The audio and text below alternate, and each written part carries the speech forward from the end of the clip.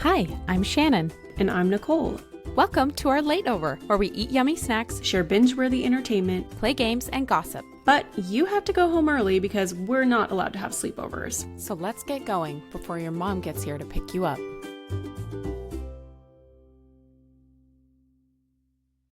Hello and welcome back to Late-Over. This is Nicole and here's my big sister Shannon. Hey guys, How are I'm ya? Shannon. Thanks for showing up. We're feeling a little Happy creepy to have today. you. We're very creepy. I don't know how to handle us right now. I've been feeling creepy for the last few days after like the drudges of my hormonal issues I have at the beginning of every month. I get really creepy after that and I'm like hyper. I can't sleep because everything is like so incredibly exciting to me. And yeah, it's fun, but it's weird. Yeah. I felt my hormones hit me in the face tonight at approximately 5:36. I was having a great day. I was full of gratitude. So many great things happening for me right now. And then we were in the middle of dinner and I felt my face get kind of flushed. And I was like, why am I a rage monster that wants to destroy everything like the Hulk right now? And like instantly patience was gone. Like I wasn't having fun anymore. I was not gracious about anything. So we've moved into the luteal phase. It's fine. Nice. We love that. What was your I had rule? a Don't look in the mirror. Well, you're just not supposed to look in the mirror on your period. For me, that's Oh, that's okay. not my Okay. crazy time. That's just my uggo time, you know? Okay. Yeah, I'm just It's very okay. ugly I during have my period. 90-degree angle hair today. I'll go. Speaking of losing your cool and hair, I was trying to get ready. I needed to redo my braid for this episode because my braids had been in all day and they just slide out. It took me 12 minutes to get one of my braids and I started having a minor panic attack. I'm like Were your arms sweating. burning? They were burning my fingers. They stopped working. They physically stopped working. And I was like, I know how to braid. I've been able to do this for 20 years. What is my problem? And Oh I my couldn't God. do it. And so then I'd like get a few. It was just like I kept losing my spot up here. So and guess what I had to do eventually?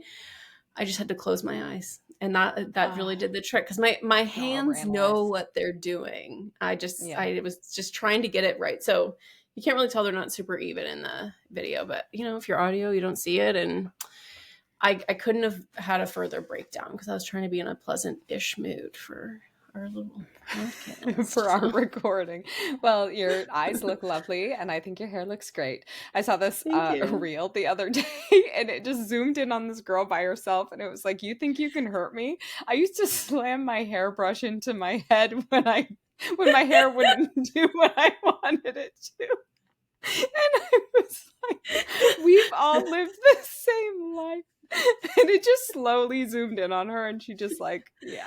It's Oh, usually the so anger, you good. know, when like everybody Yeah. knows this when the slick Oh. back no part, like that was the Mhm. style. And if I Mhm. had a bump in my hair, the way I would lose my freaking mind.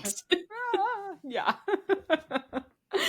And so Emotional yeah. damage. Oh, it's too good. Well, I texted you this afternoon at what, 4:30 because we hadn't talked all day long. We're both just inundated with stuff and I said, "Are you alive?" And you're like, "Yeah, are you alive?" Yeah, we're alive. So, happy That to be literally chatting. never happens to us. We usually at least say a I word to each know. other basically when we wake up, whatever it is that we need to share that we can't hold in. We can't bear to hold in any longer.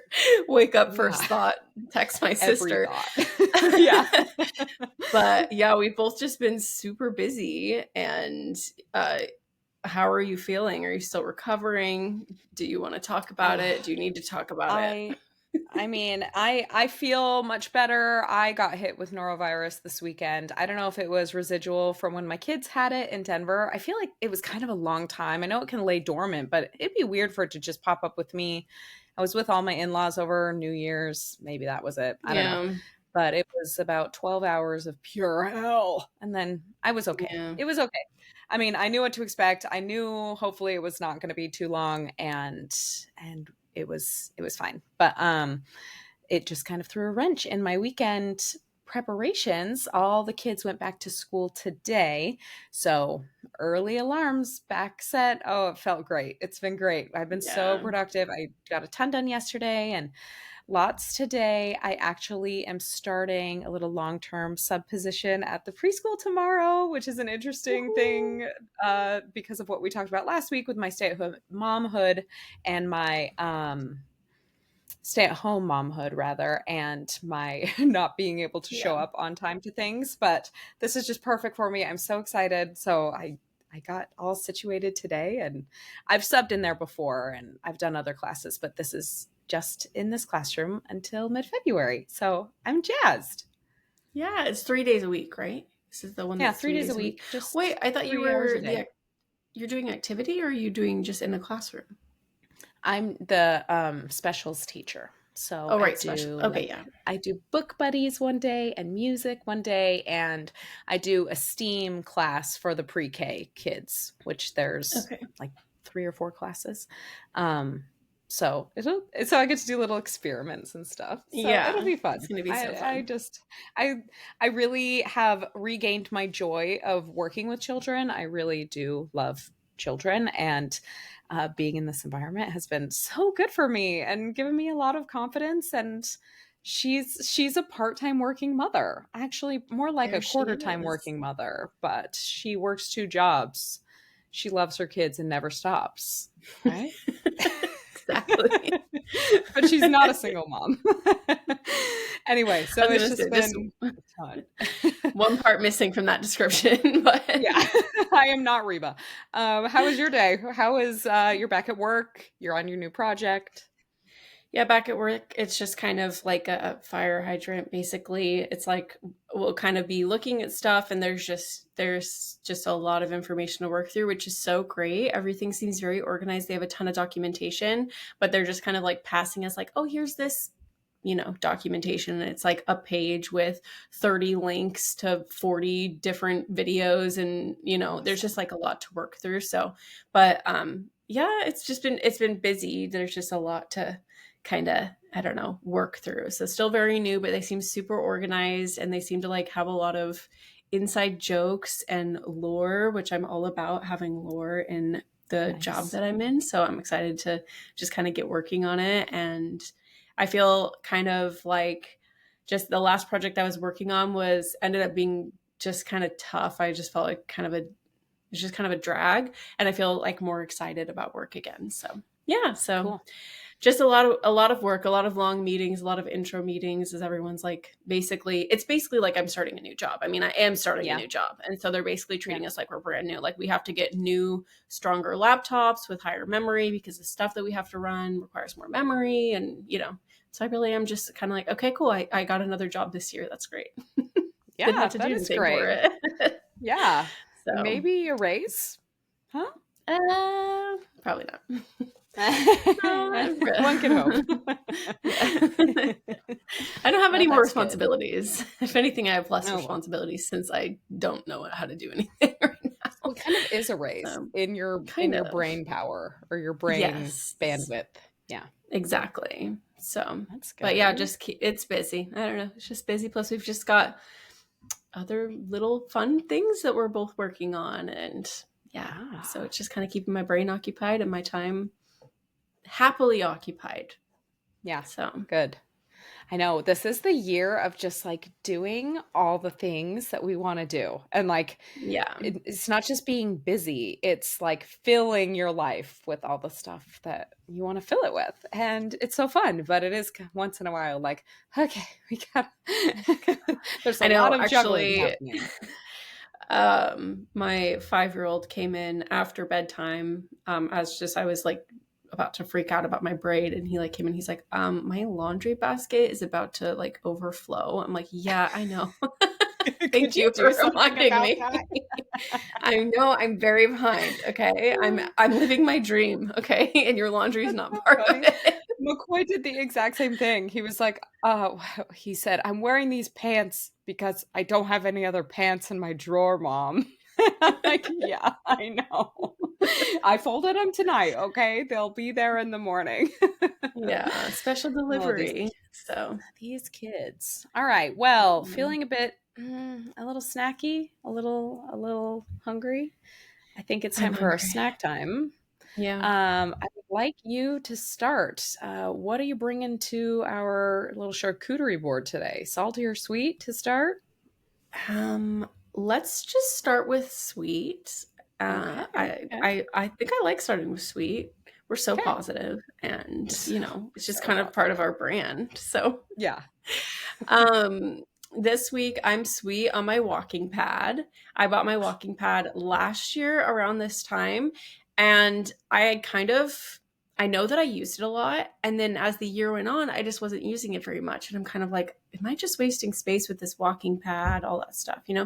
But then I remembered I bought this walking pad because it's freezing outside at the beginning of Yeah. the year, and it's like I don't want to go outside. And if I do, I'm not going to go outside every day because the wind is brutal and I don't need to justify it. I don't like going outside when it's freezing. And so I've been using it just these past couple days as I return to work, and it's just so nice to help me kind of focus and do my work, but also getting my steps in and getting that movement in so that I'm not feeling really like stiff or like I'm going to fall asleep while I'm looking at stuff or while I'm working on stuff. And so I really like my walking pad. It has like a little incline on it. And Nice. so I'm able to go on it, but I don't know. I'm sweet on it. I'm glad that I bought it last year. I thought for a minute that I didn't need it and that maybe I shouldn't have bought it, but then I'm like, okay, so this is why I have this. So Reinforced. I'm happy to have my walking Good. Get those pad, steps, getting girl. my Love steps that. in. Sitting is the Man, I'm new with you. smoking. So My You're so self or so I was gonna say so self-conscious, so health conscious. I am, yes, to both of Sorry. those. I know I have not been getting nearly as many steps. We have not been taking nearly as many walks as we normally do because yes, it's freezing, and I think you guys are probably getting the same like ice storm that we're supposed to get, maybe snow this weekend. It's supposed to be brutal. Yeah, we Um, already got snow yesterday. It was like really, 25 degrees the whole day today. It's been like that for the yeah, past like 4 or 5 days, just like freezing. But yeah, we got yeah. snow yesterday morning. Like base was delayed, so Chip went in late. The school wasn't delayed or anything, but base was. Hmm. And yeah, it was freezing. So Freezing. cold.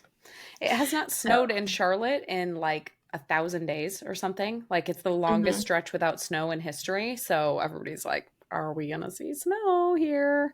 Um, Yeah. we'll see. Oh, talking about the weather on our podcast again. All right, I Not have again, to it's get my okay. sweet. Talk about your um, sweet. Okay, it's an update. I know everybody's been waiting with bated breath. We got our car this afternoon. We found a Woohoo! car. It is so pretty. Okay.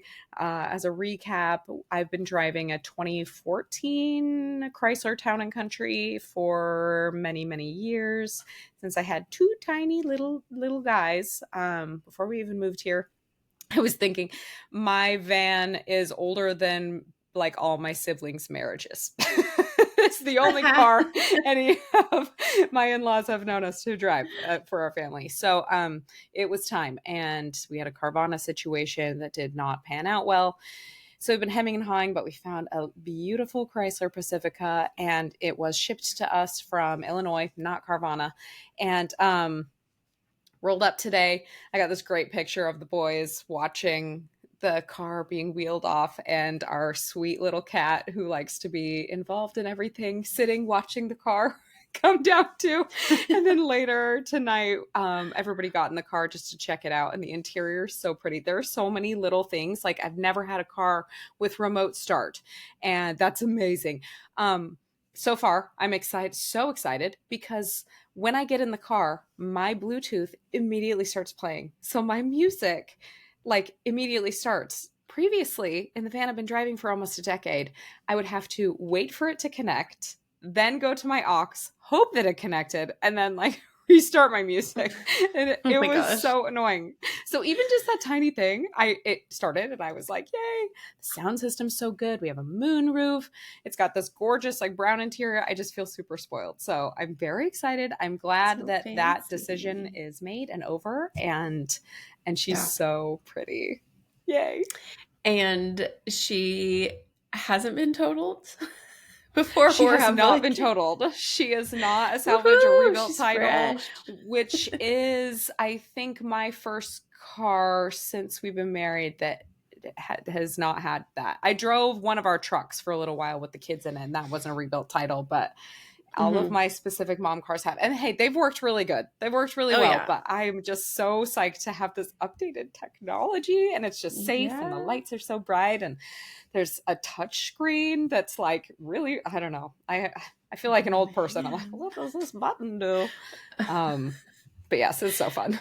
Yes. Well, I'm super excited and good luck with the car technology. It is Thank you.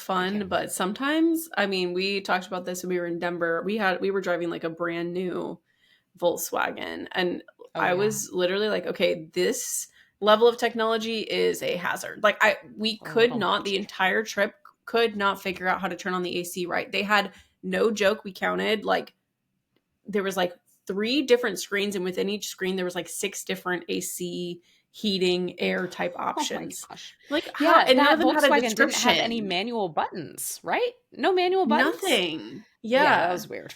Those It's just a Germans. little much. But I'm not trying to Yeah. bring your sweet town, but I'm really excited for No, you. I'm no. excited. Wait, so what are you Thank you. doing with your other car then? Right now it's going to sit in the driveway. Because it is a rebuilt title, it's really not worth much. Like, I don't know. I have been having this feeling within my heart that like something's going to come up that like somebody's going to need it. Maybe someone listening Okay. to this really needs a car because it still runs. I mean, it has like 110,000 miles on it. It's not like in the ground. It still works. And it's been a really good and reliable car, and the inside is still nice and it's fine. But I don't know. I was thinking about looking into the hurricane that hit Asheville. Yeah. Maybe if there is some way we could find, because really it's not worth but maybe $2,000. Maybe. I mean, I don't Yeah. even think it'd be that much. So but it's worth a lot. A running car that's big enough for a family is worth a lot. Yeah. So I don't know. We'll see. That'll Let's be see. another saga. I'm putting that into the Yes. universe. Like, and I would really I'd love to help somebody that needed help like that. So we'll see. Yeah. Well, you Until put it then, out it'll there. sit in It's our gonna driveway. happen. Yeah. Yeah. Just be Yeah. somewhere to chill out if you need a little break, I guess. But I guess you Yeah. can use your other car for that too. Yeah. I don't want it to sit there forever, though. I mean, like, yeah, and we're going to cancel the insurance on it, so it'll just be sitting there. You So know. hopefully in the next Yeah. couple weeks we'll Okay. figure it out. But yeah, Super exciting. Love it. yeah. Okay, so for my salty today, I'm defining my salty as like a chocolate dipped pretzel. Okay. Like Okay. it's kind of both. I'm Okay. salty about it on one end, but I'm also sweet on it. So I know it's kind of Okay. cheating. But I got this app. I've been getting ads for this app forever. It's called Opal and it's like a focus app. What? Okay. The What? band broadcast talked about this in her episode last or like this week. She just Oh, talked about really? it. Yeah. Okay. I'm so excited to Well, hear what you have to say. okay. Well, now I'm gonna feel self-conscious, No, but no. um I'm just happy I I know what got it the is. app. That's really well what it is. Yeah, so basically what the app does is it like kind of takes screen time monitoring a step further and it like fully blocks you out of apps. Like you can't access the apps directly. You have to like go in to the Opal app if you want to even look into some of these apps and then you have to like take this break. I don't have mine on like super strict. Mine is like if you take a minute break or something it'll let you in. I haven't really had to do that, but basically you're able to put down a lot more easily like blocks on Okay. apps. Now, I'm sweet on this, but I'm also salty on this because I'm kind of like annoyed that I can't figure it out. Like I'm annoyed that I can't figure out just staying off my phone or like just Yeah. deleting the apps or like having self-control. So I guess my salty is a little bit salty at myself because I'm like like, why do these apps have such a hold on me? And like, why do they impede me from getting things done? And like, why are they like just have such a chokehold on me? So I'm kind of salty about that, but I am a little bit sweet on this app because it actually seems to really be working for me, at least for now. Good. I'm just paying like month to month, and I like being locked out of the apps. And I realized that the thing for me is that I feel like if I can just stay, I have one setting that keeps me off from 6 a.m. to 9 a.m. Hmm. and it basically blocks almost everything. And I found I started this even, I mean, I've had this for like 2 weeks now. And it's like, if I can just stay off of my phone for those first 3 hours, the rest of the day is so much easier to stay off my phone. It's like, if I'm not Hmm. starting my day on it, then it's a lot easier. Now, I still do block it through my work day, but, I'm not even really feeling like really strong impulses to get on it during the day. So, anyway, hope that makes sense. Hopefully, that's an acceptable Yeah. salty. Yeah. And I'm kind of curious what the bad broadcast has to say about it because I feel like maybe she disagreed with me and thinks it's No, she stupid. was just saying, somebody was like, I'm not going to care about my screen time in 2025. Like, I'm sick of worrying about my screen time. If I want to be on my phone, I'm going to be on my phone. And she was just talking about Opal and how it's funny that it's like, well, you're an app. Like, you're still screen time. Like, you're still on my phone. And, like, it almost the same, I feel like. It's just like, we have to accept that we're going to be on screens, with our Yeah. jobs and things like that. But yeah, hey, proud of you. Good job. And I think one other thing I meant to mention was that, like, I have been cold turkey on my apps. Like, I haven't had anything on my phone, but I've been posting a lot more on social media. And I like getting on social media. I like it, but I hate feeling like I don't have control over it. Like, Yeah, it's a reflex instead of a choice. And right. so now I really like it because I guess I'm able to have the apps on my phone that I like to get on sometimes at appropriate times when I'm not supposed to be doing other things like my Right. full-time job. Yeah. And Yeah. then, then I do have those available times where I'm not like just completely cutting myself off of them. It's just like I'm able to choose those times. So anyway, Yeah. I'm glad to have those other apps on my phone because I like looking at it sometimes, but I feel like I am just more conscious about it. So anyway, that's all. What's your salty? Good job. Good job. I'm proud of you for always being conscious of that. I feel like, I mean, everybody struggles with the screen time and then it ebbs and flows too. Like sometimes it is like, Yeah. oh yeah, it's not that hard. And then other times it's like, oh, I'm disassociating for 80 hours a week. Cool. Right. Awesome. Love saying Oh, that. so good job.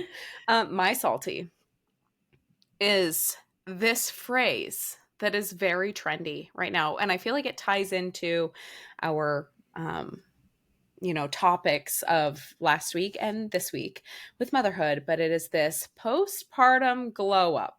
All right. Okay. I'm going to hoist myself up here because I am about to go on a little bit of a rant. And this started, and I've been seeing this. I mean, like, this has been a thing for a little while, but I sent Nicole and our sister in law, Courtney, a video of this girl making something. I'm trying not to be too specific because she's probably lovely. But she has this whole series of. I was looking at her profile after the fact because I thought she was really cute, but she has this whole series on how she's achieved her postpartum glow up. And her baby, I don't know, is maybe like 8 or 10 months. I don't. Does that sound right? I don't know if you looked at her really. I think it's Um, been long. Oh, no, actually the baby's still small. The baby's tiny still, yeah, the I baby's still think. small. Okay, so as the resident mother, like elder mother here, and I still have pretty small kids. I don't have teenagers. It's not like I'm an empty nester, but like the phrase postpartum glow up makes me want to burn the world to the ground. Like this is just another way to capitalize on the insecurities of mothers who are vulnerable, who have just had babies, who have never had their body look this way before, who have never had less time to take care of themselves, who are dealing with things they've never, like all of these things. And then it's like, on top of that, I mean, we already have the pressure of like, okay, we need to get our bodies back, which is annoying. And also, that comes with time. It's time. Same with the glow up. It's time. Stop trying to have this amazing glow up. And it's like, what is the series? And I've seen other people do it. Self tanner and special hair care products and special makeup and special lotion and special blah, blah, blah, blah, blah. And I'm like, this is just another way to market to what I perceive to be as one of the most vulnerable subsections of our country, which is new mothers. Like, can we stop it? And if you look super hot after you've had a baby, within any amount of time, like amazing. But you know what? You're alive after you had a baby, so you're super hot. Like you are thriving. That is your glow up. Your glow up is that you've had this baby and like you are a mom. That's the glow up. Can we stop focusing on this, I don't know, outer thing and then, think of the poor mom who's disassociating on her phone because her baby was up all night screaming. And the only connection to the outside world she has is Instagram. And she sees these beautiful girls with babies the same ages as her. Maybe that girl has outside childcare. Maybe that girl has a baby who magically sleeps through the night. Maybe you don't know what the circumstances are. But she's like, this is how you can get your postpartum glow up. And you're sitting there crying in 3-day-old sweats. And you're like, okay, so now, when am I going to have my glow up? I guess I have to buy all this stuff. And it just makes me really upset. As somebody who has gone through many postpartum periods, looking very different after every single one, and having a lot of shame, and that scenario that I just described to you was me disassociating on her phone. Like, I just, now being outside of that, it makes me really sad. And I was really sad that I sent that to you and Courtney, and then I saw the rest of her page, and I just felt really like, oh man, I don't want to stand behind that. And can we just not use postpartum shame to sell shit on the internet? Come on. I don't know. That's my soapbox. Yeah. I'm incredibly salty about it. I'd love to hear your thoughts. Well, first of all, oh my gosh, I might cry. Okay. I wanted to thank you for, after sending me to her profile, you messaged me and you were like, Mm-hmm. hey, this girl is talking about this postpartum glow up and it's driving me nuts, and basically don't buy into it. I don't know how you said, I think you said it in a way that I just really appreciated, because I started looking at it and I'd still consider myself postpartum, and I consider anybody who is anyone with children. Anyone with children. I mean, my daughter's 18 months. What I'd consider called bounce back, quote unquote, bounce back from my second child has been absolutely nothing compared to my first. When I had Bentley, I looked normal, 100% back to normal, maybe even better within 5 weeks postpartum. I was one of those people. And with Brooklyn, it has just taken a lot longer for me to feel like myself again. It's been slowly. It's not that I don't feel like myself. It's just been a lot slower than initially. And I think that's something really important to consider just in my own personal history for everybody. Maybe this person, or maybe that person you saw on the internet, had a really quick bounce back and they're working with something that you're just not at this moment. And that's how I felt. And it's just my second child postpartum it's taken a bigger mental toll on me, a bigger physical toll on me. It's taken me so much longer to feel like I'm kind of getting back on my feet. And I do think that it is such a vulnerable position. And I think that it's really not that being postpartum, you don't want to maybe look better or something like that.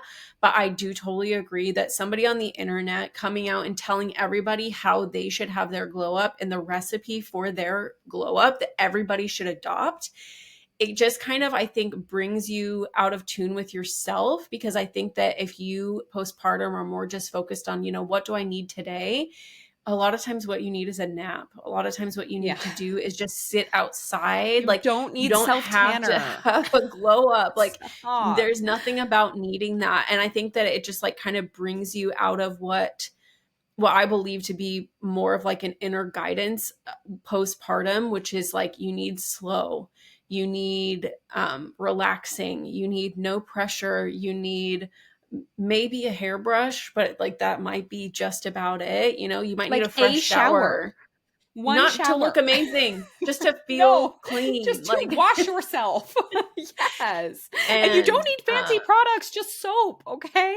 Yes. Oh, it just breaks my heart. I think that it's really hard. And I think that I it's so easy to fall into it, because I did fall into it. I looked at her profile and I was like, oh, like she is And first of she's all beautiful. stunning. She's Yeah. beautiful. And then Yeah. it's not like I'm like, oh, I want to look like her. That's not my thought process. My thought Yeah. process is, oh, this is what I could possibly do to Yeah. like look better or something like Right. that.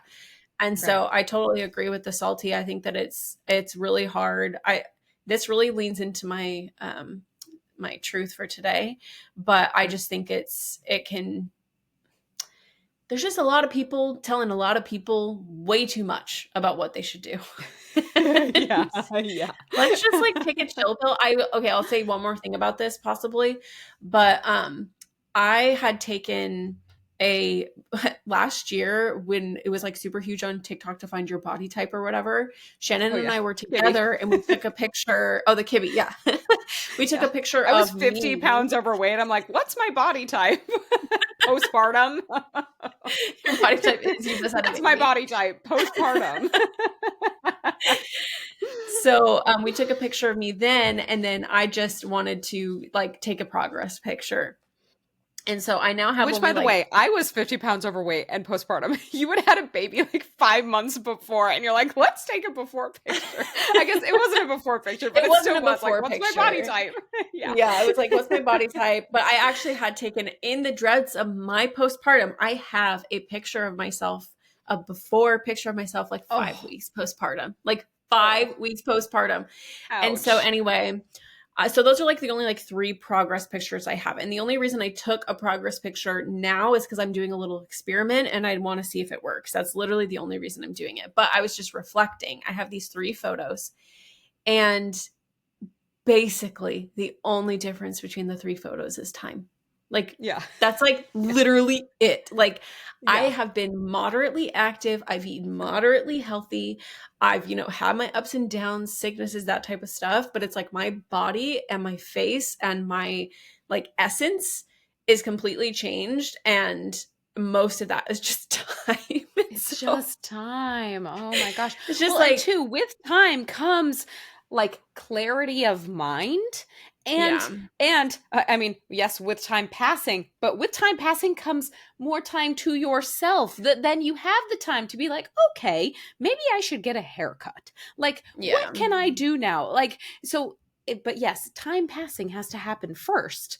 And that's, I feel the same. I've had several people like, "Oh man, you look great. What's going on?" And like, okay, I've dealt with a lot of mental health and other things this year.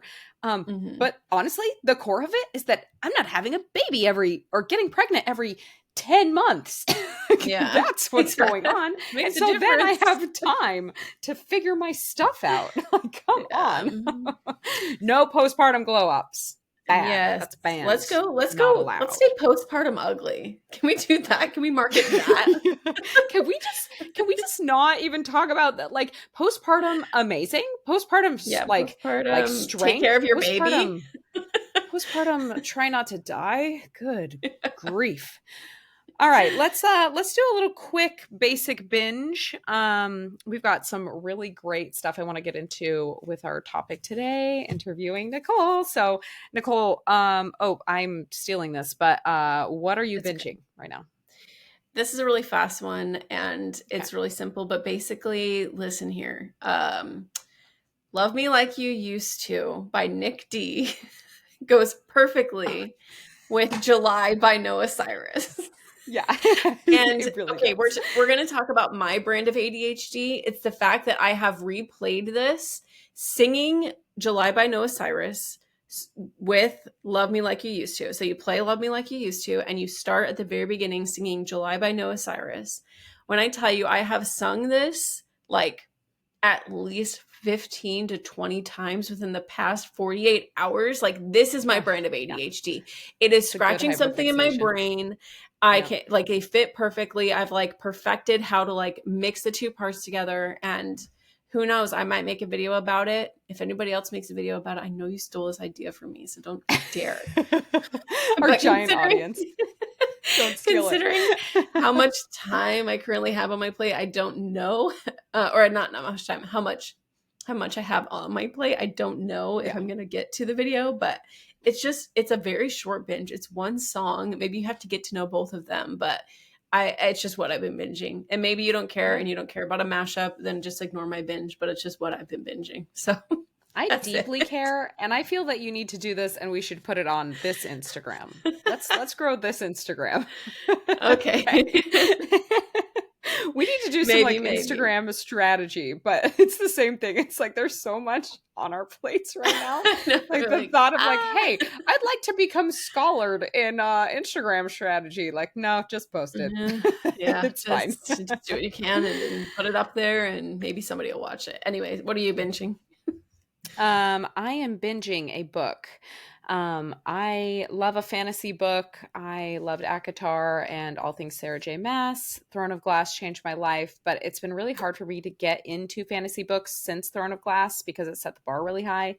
I know the third installment of Fourth Wing comes out in like 2 weeks, which I do think I'm going to reread Fourth Wing. I never finished the second one.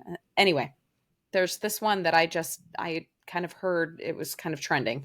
So I downloaded it. It's called Quicksilver by Oh, Callie Hart, I think. yeah, Uh my friend at work recommended that to me. who it's so good. Like surprisingly good. The writing, I am super picky with writing, especially when it comes to fantasy. I'll read something kind of stupid if it's just like romance, whatever.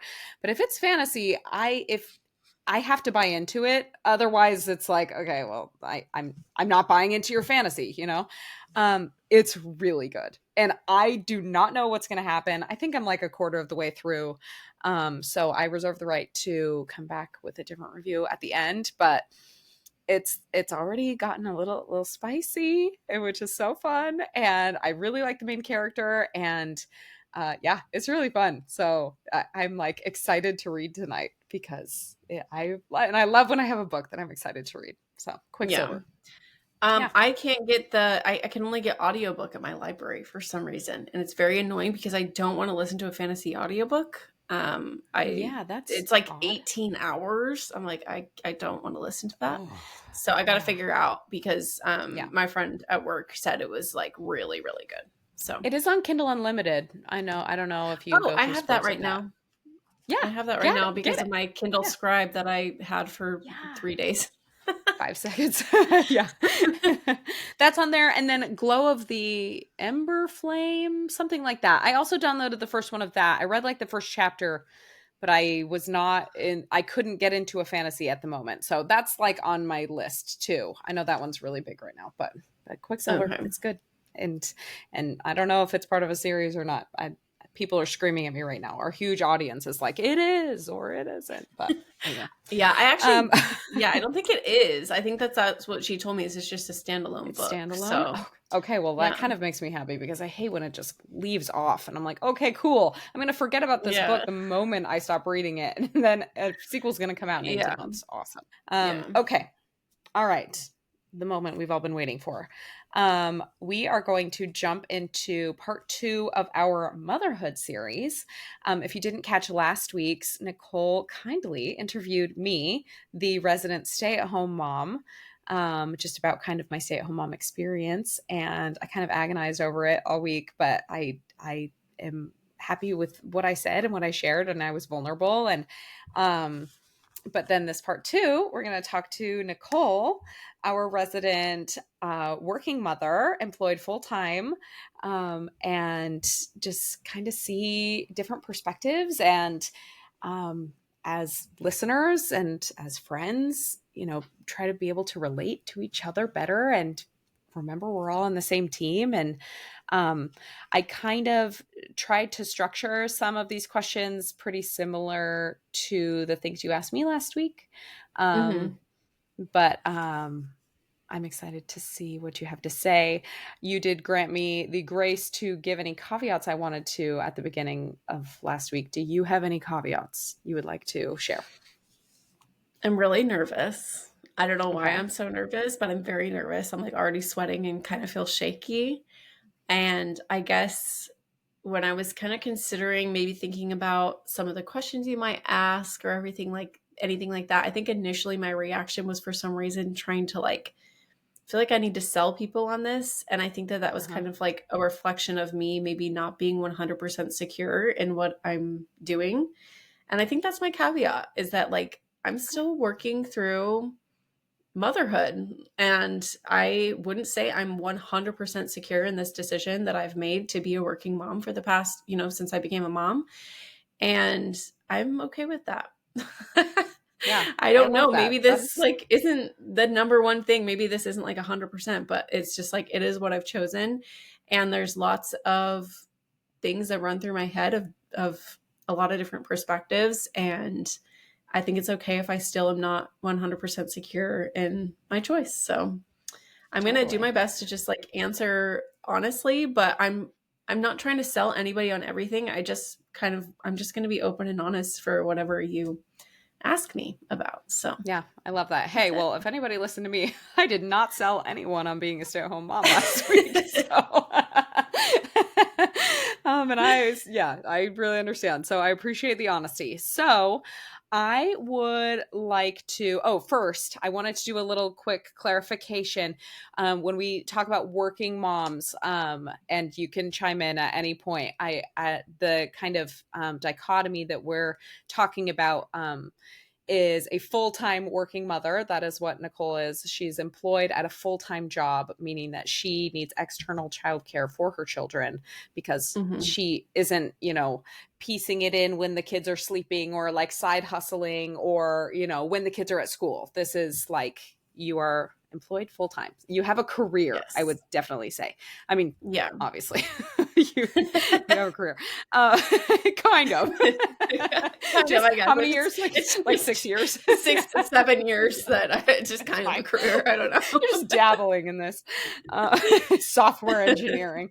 Okay, so I want to ask you, what led you to decide to be a working mom? Kind of what circumstances led you to this? Did you always think that you wanted to be kind of a career woman, if you will? I want to hear about the background to this decision that's landed you where you are now. Yeah, so I think I've always been really driven to work. I think I've been really driven by money. And I always, even growing up, like as a teenager, I started babysitting very young. Through my teenage years, I think I babysat almost every single weekend. As soon as I could, actually, before I could even drive, I was a lifeguard, and that was kind of leaning into when I did get my license. And then I was working as much as I can as a lifeguard, and I always just like had a job, and I liked working. I liked making money, and maybe to a fault in some ways, because there were times in my high school career life that I had like 3 to 4 jobs that I was working. And I liked feeling busy. And I definitely grew up, in the Mormon church, pushing a lot of, I think the general message was to not work. And I think I always felt really rebellious against that. I think I just had this really strong rebellion against somebody telling me what I could and couldn't do. And I think that got even stronger in college because I worked in the career office. And in the career office, I was just able to really see a lot of different things that a lot of people were doing. And I felt in the back of my mind this disappointment for so long. And the disappointment I felt was that I can't work towards a career because I'm going to have to stay home with my kids. That's my only option.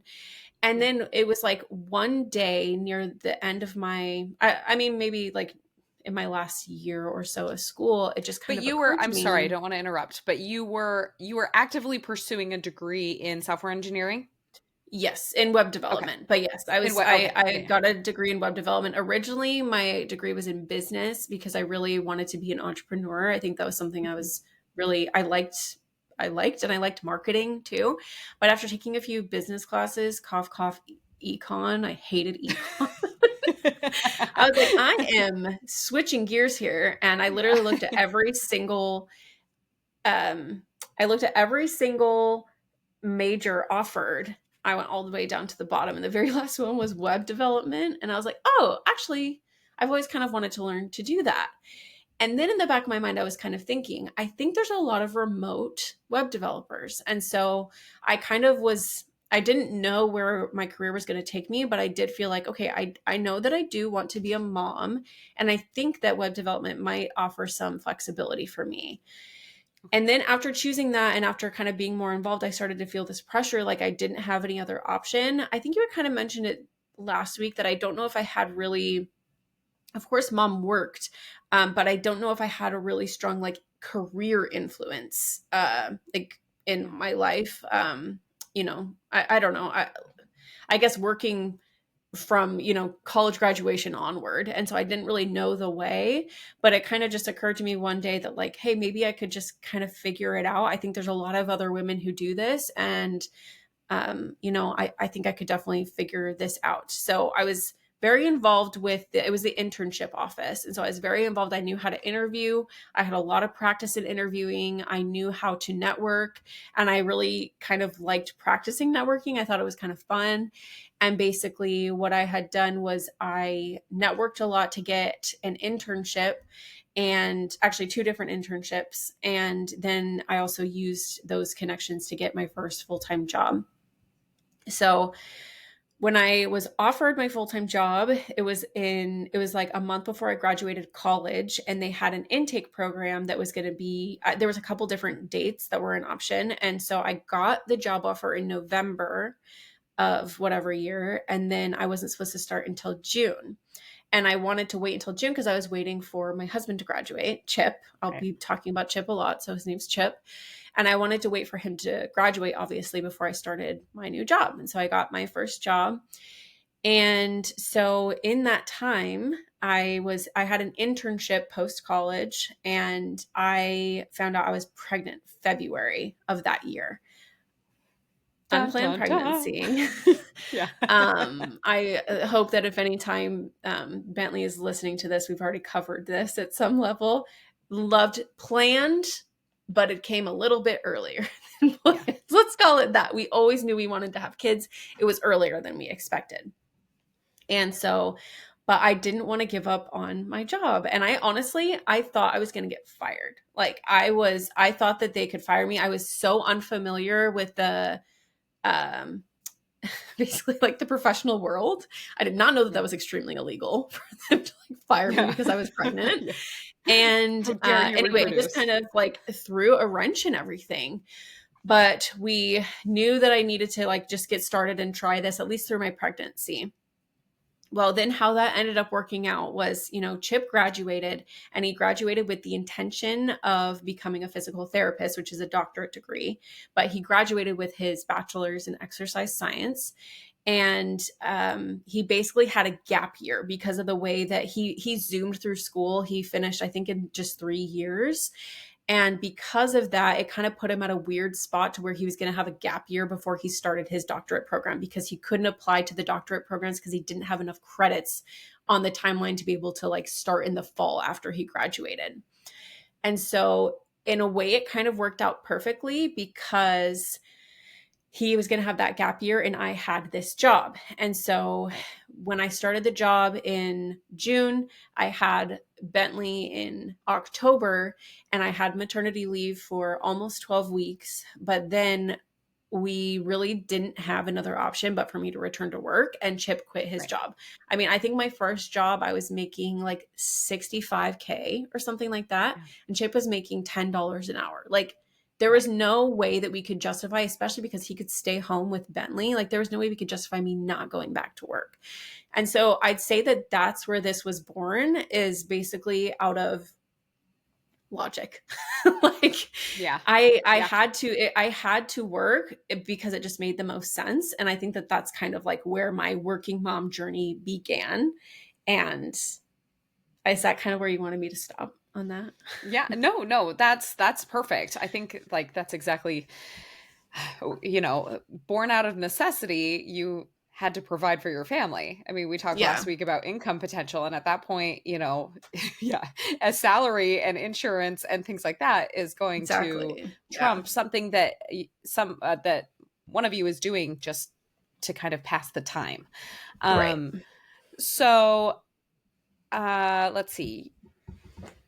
Moving past that, Chip did end up getting into this awesome program through Baylor, Yes. right? Yeah. So yeah. Was that a question? Sorry. So as you continued on, what was the process like when Chip could no longer be a stay-at-home parent? He was not the primary child care. Like, what then was the decision-making process? And, did it continue to be logic? Did it continue, you were already invested in your career at that point, and did you not want to give that up? Or kind of where was your head at that point? So my head at that point, well, so this was 2020. We're now entering into 2020. And where I used to work, USAA, they had an on-site childcare center.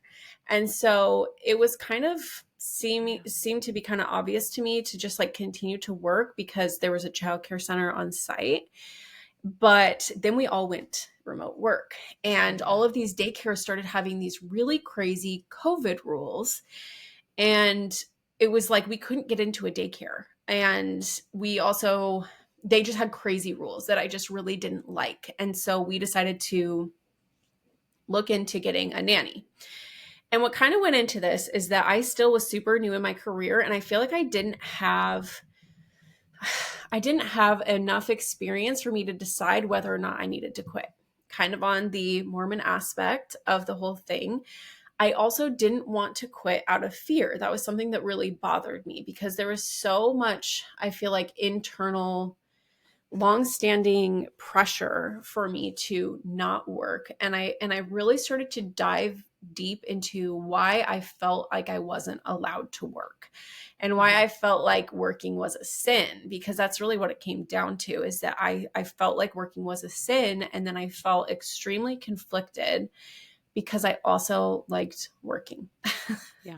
I really liked being able to prioritize quality time with my son. I felt like when we were together, I was very much like, I was very much there with him. And then I feel like the breaks that I had in going to work, which it got a lot easier when I was remote. Okay. I will say that when I was going into the office, that was a lot harder, but he was also a lot smaller. Sorry, I'm like Yeah. shivering because I'm like so nervous. Sorry. um, so all of that to say, I think that my process started because I didn't want to make the decision to not work because I was afraid it was a sin, because I didn't know if it was a sin. And so then I started looking deep back into like history of the church and history of teachings of the church and trying to find what had been said Oh, about it was a working sin. mothers. It was a Yeah. sin, Yeah. but it was also, it was extremely frustrating because at some point it transitioned from being a sin to not really being talked about to then like slightly being mentioned as okay. And I think that that was really frustrating to me. And when we talk about us deconstructing, there's a lot of things that went into this whole deconstruction of my religion. This was a huge thing for me because I was so mortified at the information I found out about what past old men had said. And that's what I'm going to call them. I'm sorry if that's disrespectful to people who are listening, but I was so frustrated at how these old men were dictating what women were and were not supposed to do, and how they were basically saying that women who worked were failures at being moms. And that was so frustrating to me, not necessarily for my personal situation, but for just like general situation, especially of women who needed to work 100% out of necessity, which that's where I was at originally. But then it felt like as soon as it was my choice, as soon as Chip started working, and because of his doctorate program, he was active duty military through his entire program. So as he was getting his doctorate, he was paid, and we had insurance, and we had probably enough to live on. But I basically had to go through the process of making a choice. And basically, I didn't make a choice. I just didn't change anything for a long time because I was just trying to not make a choice out of fear. Yeah. And so it kind of progressed, and I don't know exactly when my quote unquote turning point was. I think it's been gradually and gradually. I felt more comfortable with the idea. I think that I felt more comfortable with the idea in the different childcare situations that we were able to find. You know, we had an amazing nanny for Bentley when he was young, and that was so great. She was like my friend. Like, I loved her. Like, I loved having her around, especially as I was working remotely. And she was just like darling, and she took such great care of my baby that I was just like, you know, there's nothing wrong with this. Like, why change it? Right. And then after she had to quit because she had a baby, we did go to a daycare, and we were still kind of in COVID setting, and the daycare setting was really frustrating to me because I couldn't go inside. That really bothered me. And so then you know, I kept looking for some different options, and then I found a also amazing, incredible in-home daycare that we switched Bentley to. And that was when he was around like two, a little over two. And so I think that these other childcare, I guess, opportunities that I found, and also the way that I saw him really thriving in some of these care settings, it kind of helped me reinforce that, like, okay, we're safe. This is a safe decision. And so I don't think that there was a time that I really like decided this is what I'm doing. I think I kind of kept with the status quo because I didn't want to quit out of fear. But I will say, I think I kind of stayed a little bit out of fear just because my career path in software engineering, lots of mixed opinions on this, but like if you take breaks from software engineering, it's like you miss a lot. I mean, technology Yeah. moves so fast. And so it felt like continuing on with what I was doing felt less detrimental because there was potential to throw my whole career away if I would have quit. So, Yeah.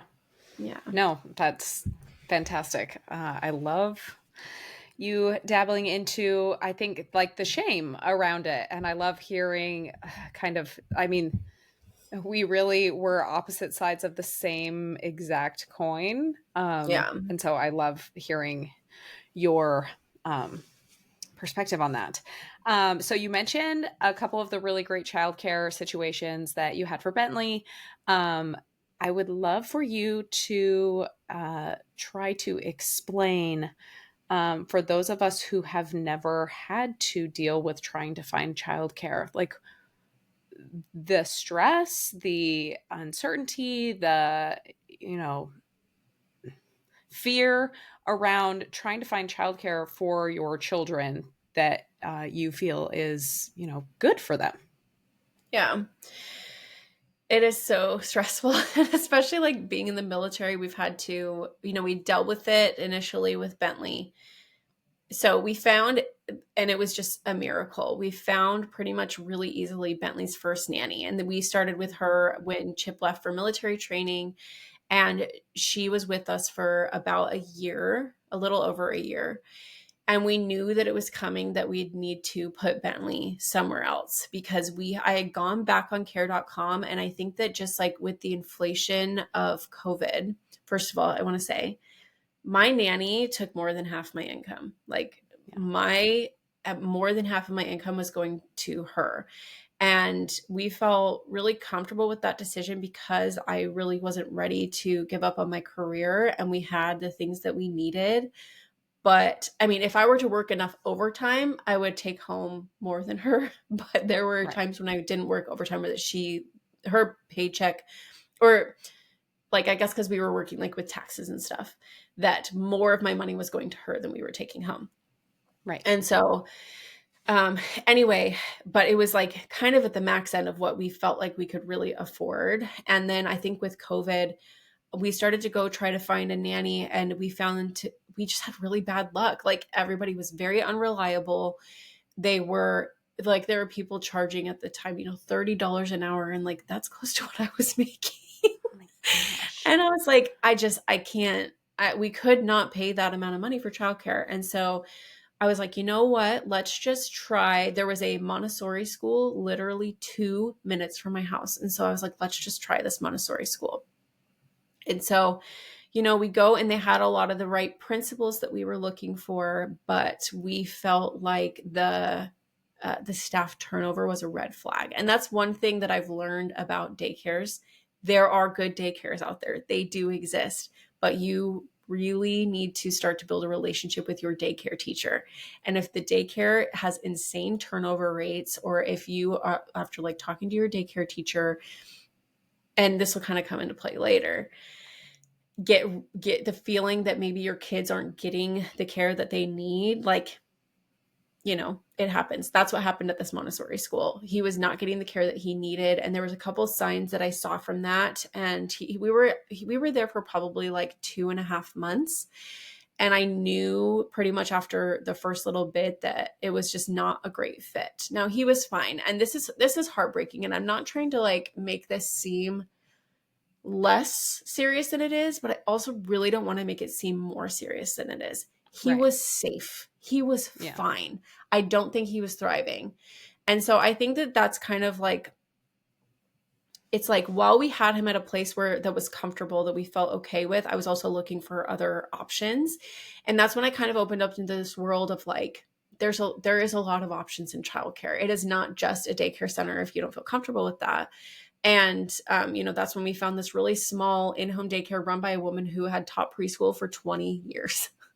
And she Awesome. was incredible. And it's just like, she had all the same principles. And it's just like, I think I kept trying to find things, and eventually things worked out and I was able to find what we needed. Then we came to, oh, I just said where we live. I'm going to bleep that out. That's okay. I came to Tennessee, and we had to find childcare all over again. But when we moved to Tennessee, I lost my job when I moved here, and so I actually did not put Brooklyn, my youngest, in childcare until she was like 7 or 8 months, because I took a little break to just settle in from the move. But we did put Bentley into just like a daycare.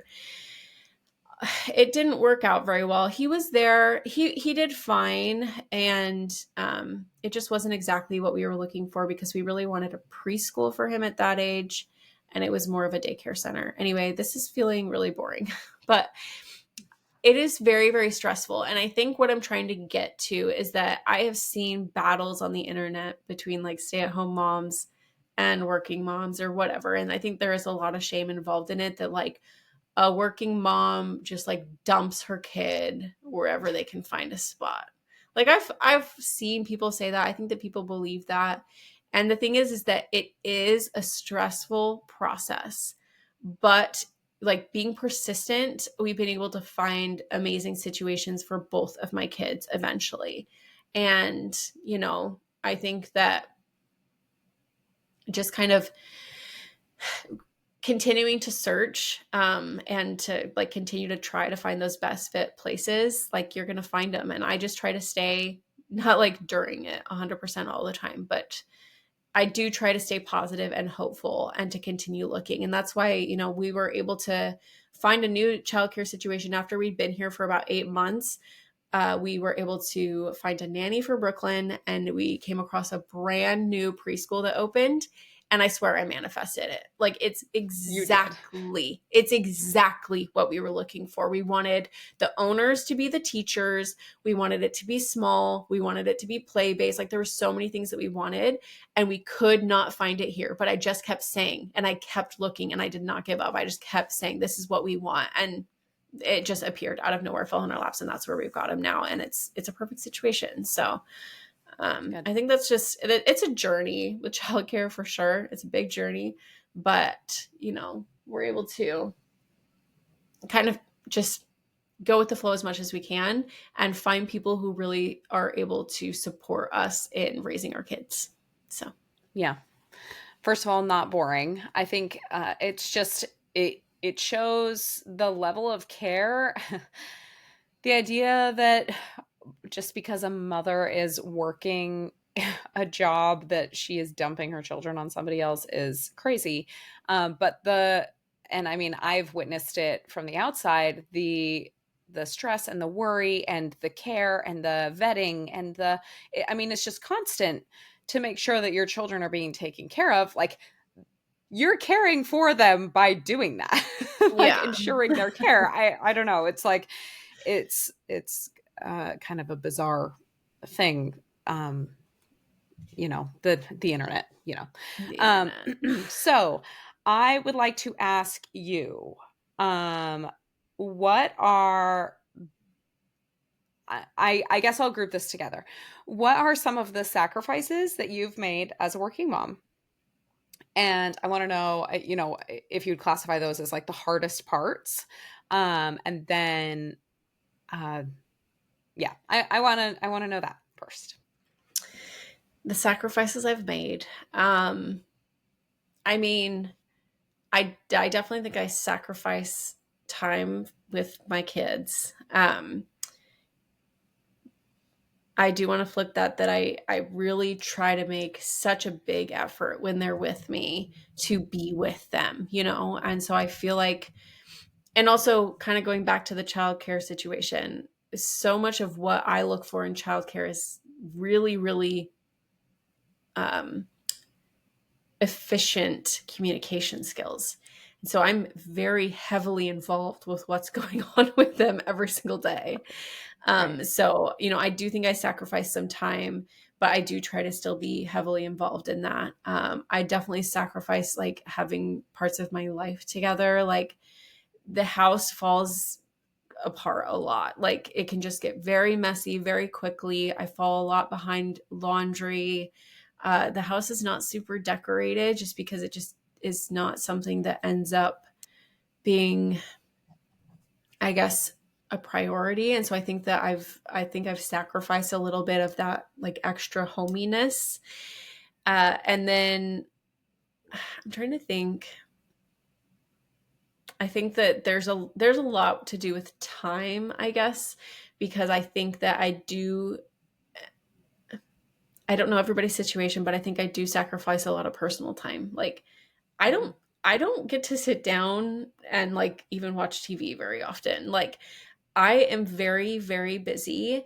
And that's not to say that not everybody else is busy, but it's like I physically can't. It's like sometimes by the time you get things done, even just like the basic household cleaning after work, it's 8 o'clock, it's 8:30, and it's like getting ready to get ready for bed.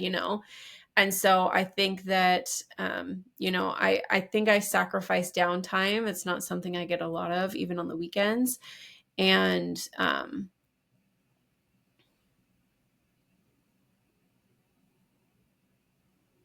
I think that also kind of goes with also kind of just along the lines of feeling a little bit behind. I just end up, I can forget a lot about, making appointments or getting, deadlines of different things done. So I think that that's a sacrifice. And then I think on one maybe last note of sacrifice, it's maybe not a sacrifice. Maybe it does lean more into the hardest parts, but it is very hard to be around another mom who doesn't know that I work yet and they start bashing working moms. And that's happened to me a lot, like Yeah. a lot. And I think that is one of the hardest parts because while I understand where they might be coming from, it's hard to feel like I'm not just kind of instantly misunderstood. And I think it's made me feel a little bit like, I guess, more reserved or maybe more ashamed of my choice in some ways. And so I think that is hard because it's kind of like, then what do? You might have been talking to somebody and next thing you know, it's like, oh, sorry, I forgot, like, you don't think I'm a good mom just Right. because of a choice I made. And so I think Right. that that is one of the hardest parts is it has happened so many times in my, last 6 years of being a working mom that I have felt really belittled or shamed for being a working mom without somebody realizing that I'm a working mom. And then they find out and it's like, oh, yeah, well, that's fine. It's like, Yeah. yeah, too late. Yeah. Too late. Yikes. Oh my So gosh. that can definitely, I think that that's part of what contributes to what I was saying before is sometimes not feeling 100% secure in my decision because I do hear often enough um, kind of like the shame aspect of it, but maybe it's also just that it's still kind of a deep fear maybe inside Yeah. that this isn't the right choice. And so I maybe am seeing more of that, because every time it Right. happens, it makes a big impact on me. And so I know that Yeah. that's maybe more of a me issue.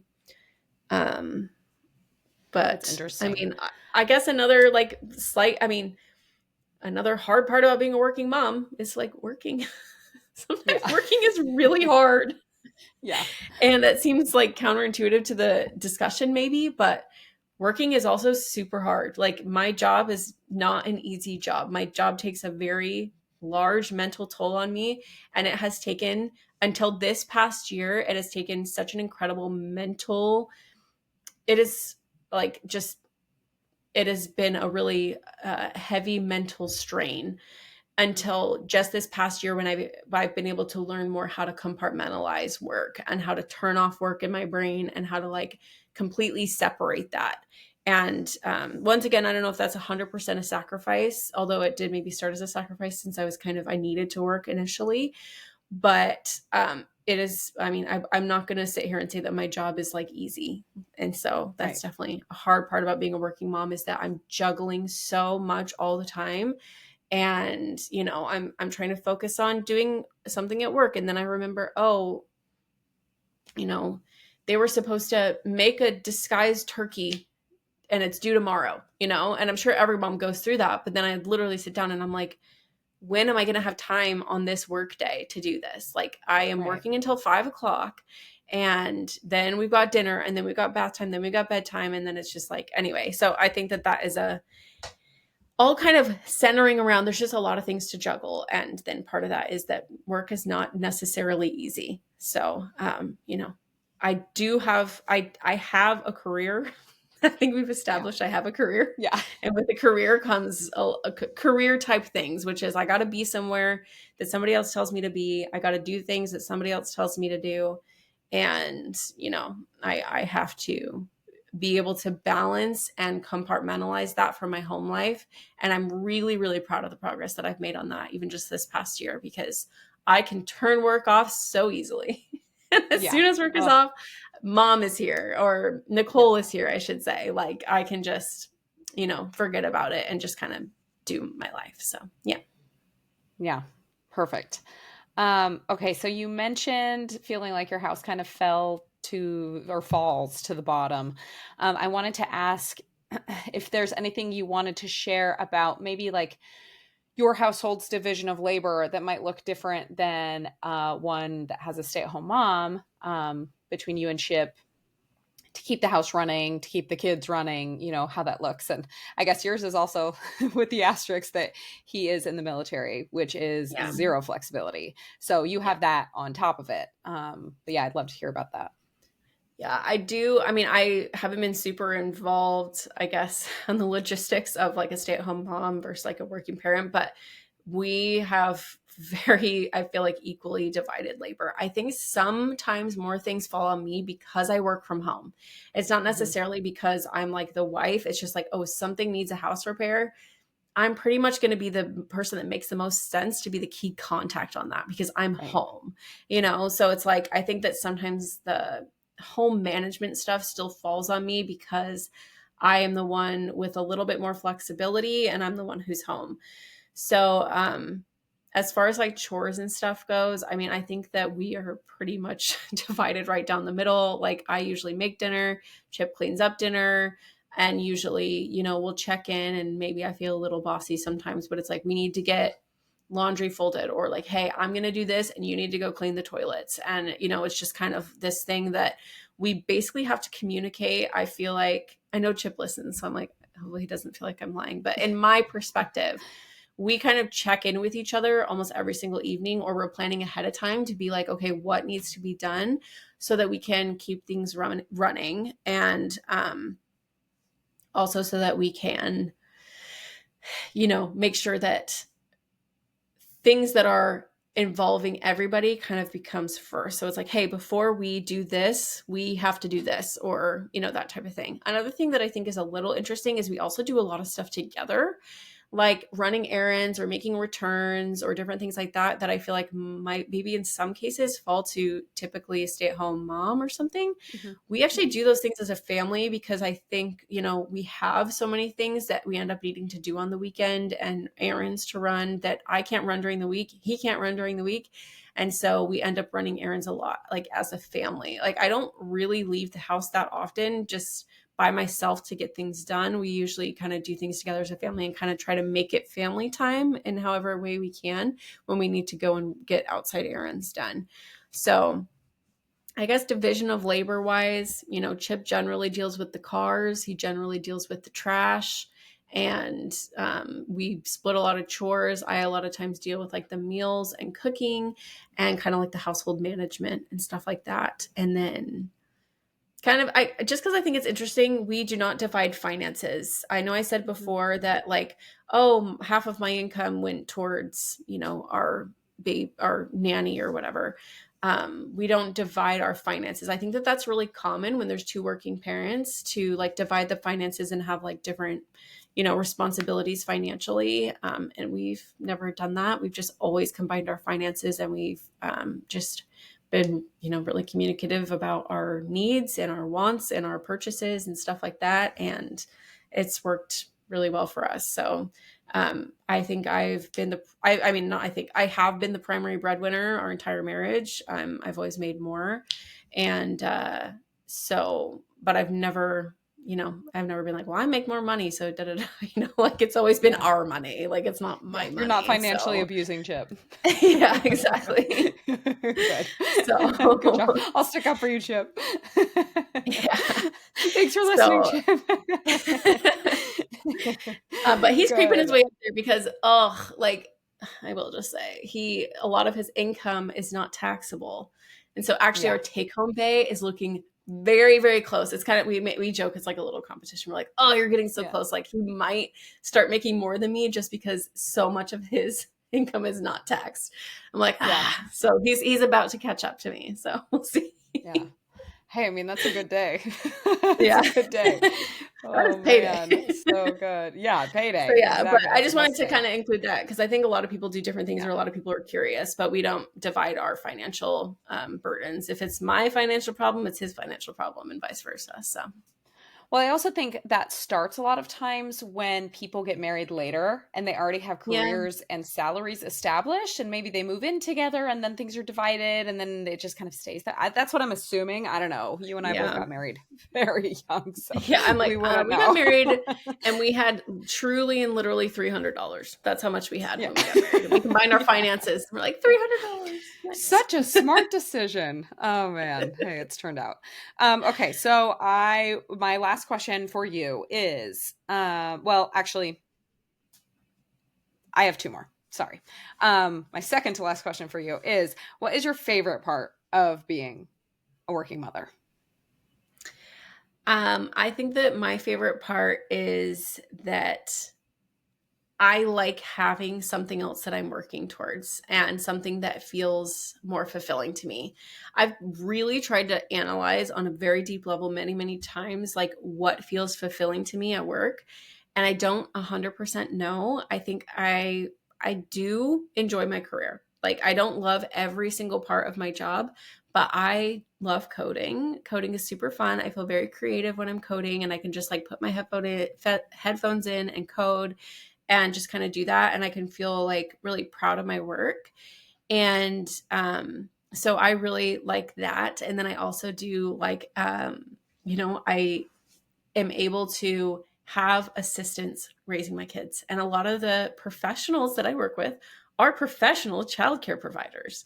And so when we're maybe having an issue or a question, a lot of the people that we've tried to involve ourselves with who are taking care of our kids have a ton of experience with kids, and they have kind of another third party objective perspective on our children. And so I know that it's like this thing like, oh, I would never be a working mom because I could never have anybody else raise my kids, or I don't want anybody else to raise my kids.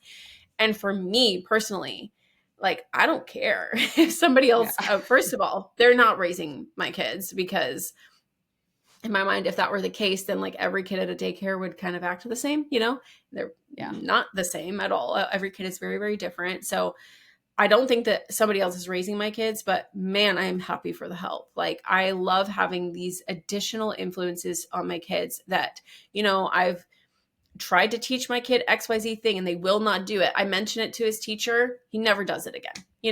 I have the teacher Yeah. talk to him one time and he, stops doing it. Or having, my daughter and me and her nanny obviously communicate all the time, and me being like, I'm a little bit concerned about this. What do you think? She's like, well, she's worked at daycares and childcare settings for like 20 years as well. And so she's like, around this age, this is very normal. This, like, I wouldn't be concerned, and, that type of thing, or mention, this thing kind of seems a little bit off, and maybe raise my attention to something that maybe I wouldn't have known. And so I kind of have felt like I've had a lot of partners, additional partners and influences for my kids.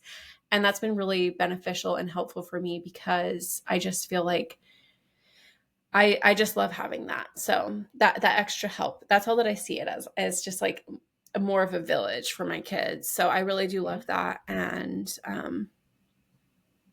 trying to think of what else I really love. With my job, I do have a lot of flexibility.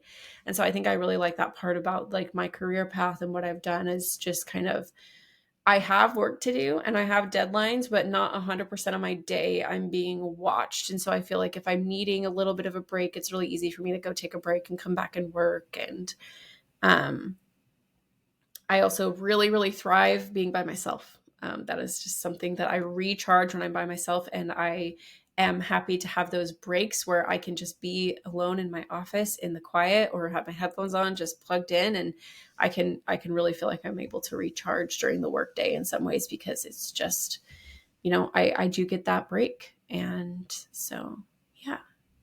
So I think those are my favorite parts. And I like making money. I don't know. That's great. Yeah. What else am I Hey, supposed to no say? I shame. like making Get money. that bag, girl. Get Yeah. that I mean, you wouldn't do bag. it for free. I would definitely not be doing this for free. That is for Yeah. sure. Um, Yeah. Oh man. so yeah, No, those are some that's of my that's favorite parts. a And great benefit. yeah, so Good. Well, first of all, you had mentioned like making sure that the time that you spend with your kids is like really focused on them, and from an outsider perspective, and not just me, like, and I didn't even tell you this, I'm not even trying to like sneak attack you, but we were all together in Denver, and you and Chip were doing something, and you guys do stuff together, like you said, all the time. But it's not even just doing errands and things, like you guys parent together. Like, you're doing Brooklyn's hair and he's setting up the TV or the little music show for her to watch, and making sure that she has the Cheerios that she needs so you can finish doing her hair. Like the teamwork that you guys have is I'm sure like there's a lot of work that goes in behind it, but it just feels so seamless, and you guys just work so well together. Your kids are incredible. Bentley's emotional intelligence is so great. He's such a regulated boy, and I mean, Chip is an amazing dad. Like, again, shout out Chip. He's so patient and just so communicative and just attentive. And I think that's so awesome. But also, just like the quality time that you guys spend with your kids is so like, you can just see it. And there was a moment where you and Chip took your kids down to put them to bed. And I was upstairs sitting with Dad, and Dad was like, man, they are such good parents. Like, they are so attentive. They're so patient. They're so just involved and present with their children. Like, that is so amazing. Like, and he was going on, and I'm like, dude, I know.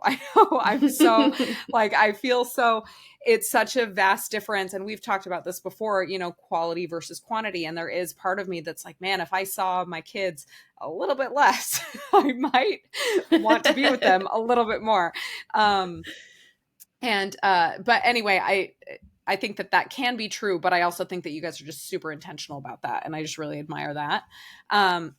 So I think, to kind of close out, I want to know if there are any misconceptions you would like to address about being a working mom. I know you talked about like, oh, I'm dumping my kids on somebody else to raise, which is insane and stupid, and like, can we stop that narrative, stay-at-home moms? Like, yeah. come on.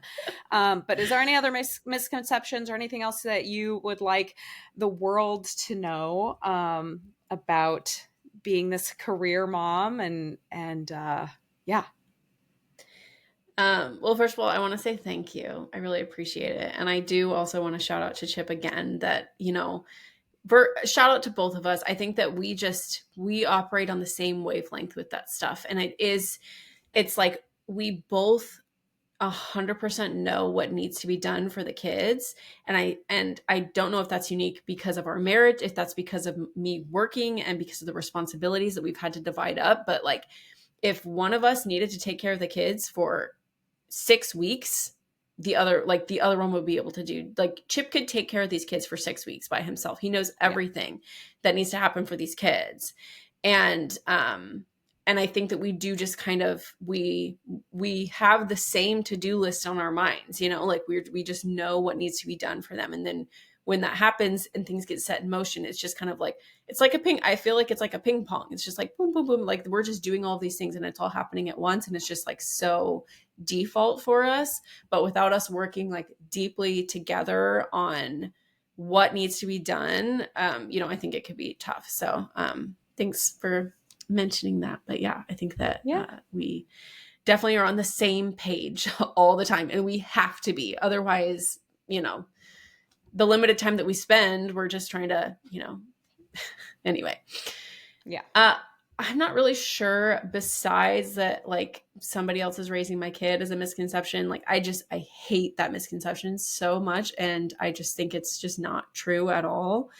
I guess I don't know what other people think of me. Maybe one other misconception is, this is the only thing that I'm going to quote unquote sell. Two sides of this. If you listening to this are a stay-at-home mom and the only thing stopping you from going and starting a career is your concern with childcare, I would just like so encourage you to look into it a little bit more. And just like, I think I just feel really, really sad when moms feel like so afraid to have somebody else care for their kids. And that's the only thing holding them back from doing something that they really want.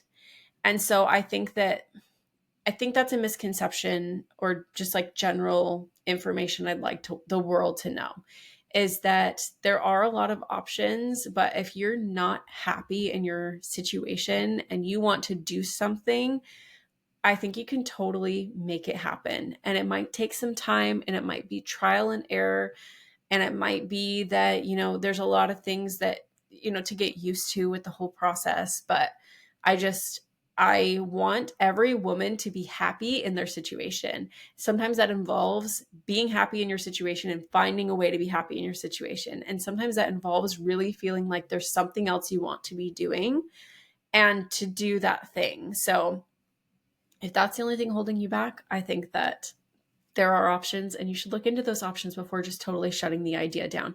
Or even just thinking like I did, like, man, what's the point of me working? Because, the childcare is taking more than half my income. And while that's totally valid, and I don't think that you should work in like a complete deficit, not necessarily, Don't work or for it's like, free. don't work for free. Even if for a period of time you're working on your career and the childcare ends up being a little, more than half of what you're making, like it's kind of like an investment, I guess, like keep doing that thing, find a career that really you're interested in. And there's a lot of upward mobility for you to kind of grow your income and, find a situation where eventually maybe it won't be taking up all of your, income. Well, I'll I think just that say, that's, like, your influence, my second half of my children, Weston and McCoy. I had Weston, like, you and I had a baby every year, just like every other. So I had Weston, you had Bentley, I had McCoy, you had Brooklyn yeah. a little bit later. But Hmm. those three boys, Weston, Bentley, and McCoy, happened year. And Weston was our first kid we put into preschool 5 days a week, in like the threes class. There was like the Hmm. threes class and then the fours class and then the pre-K. So he was in preschool for 3 years, and it was only 3 hours a day. And I still had a baby at home that I was taking care of. But we've also done that with McCoy. He's on a second year of preschool and he still has one left. But that's something that um, even you really helped me to see like, hey, if you need time to like get some things done or some space, like just because it costs money and like maybe it is just kind of like childcare, like a three, the, I guess at our preschool, it's like the twos class. They're not doing a whole bunch of learning. I mean, they're just like being supervised because Yeah. they're two.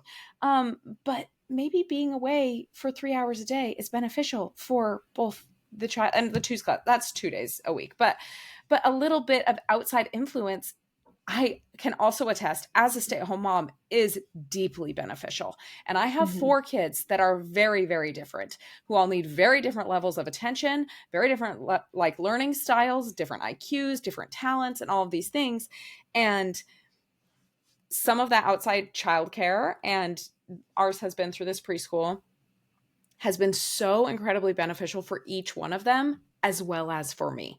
And did I Yeah. pursue some sort of a career? No, I've done little things here and there, but even just like you said, to find maybe something that fulfills you. Like, Hmm. and I think really at the core of it, you're saying like it's okay to put yourself first in some of Yeah. these situations. Like it's Yeah. okay. You're not dumping your kids. You're that doesn't mean you're not a good mom, but like you're still a person too. And utilize that village because it's not built in anymore. So Yeah. And yeah, I think you bring up a really good point that I will openly admit that I put myself first. And I put myself first because I inherently put my kids first. Like for me to be the best mom that I can be, I know what I need. And part of what I right. need is that space and that time. And I feel like the best thing that I could give my kids is to prioritize myself. Because if I was not prioritizing myself in this way, which I've experienced little bits here and there, I would not be as good of a mom as I feel like I can be in this situation. So Right. I openly say, admit, put yourself first. Like put yourself first. Your kids are gonna figure it out. Once again, we're not dumping our kids. That's not like the right Yeah. wording at all. You can find so many different situations to kind of help. And I will also say, you don't everybody has totally different financial situations, but I even am such an advocate for no reason whatsoever to have somebody come watch your kids for like 3 to 4 hours a week. Like just have them come to your house and like watch your kids, or just if you have means to get your kids a couple hours separation, I think it can just do so much. And I've experienced that on maybe an extreme level, right? Like my kids are kind of away from me for, I mean, not kind of, they are away from me for like 7/8 hours a day. Yeah. And so maybe it's a little extreme, and maybe that's a little too extreme for people to totally understand. But I just think there's so much value in that separation and so much value with some additional outside influence. And I know that my kids have learned so much. And it's like, we'll see how things go, because I think the different childcare situations along with the different children are going to like be whatever it is. But like you had mentioned, I mean, Bentley, I cannot take full credit for how good of a boy he is. He is just good of a kid. I don't mean like boy, good of a kid he is. He's an amazing listener. He follows directions so well. And it's just like, I know that that is not 100% us. It totally has to do with the additional influences that he's had in his life since he was, 8 months old. So, Right. yeah. Totally. So, Well, thank you so much for sharing all of this and like being vulnerable and doing it nervous, doing it scared. I think it's so beneficial to hear, especially I think a lot of women. I mean, I don't know. We have a variety of different stages of life and different backgrounds of people that listen, but I think that a different perspective is always good to hear. And yeah, if anybody needs to chat or vent or anything, about either being a stay-at-home mom or a working mom or wanting to be one and not being able to do it or whatever, we're your girls. We'll just have a yeah, wait over. Yeah. exactly. Well, thanks so much for interviewing me and asking such great questions. I really appreciate Yeah. it. And all moms are great. So, that's just a general That's message with these right. past two episodes, Yay. is that, And you you don't need a know, glow up. you don't need to glow up, and you're doing great. So, You're doing great. We love you guys. It's time to go home.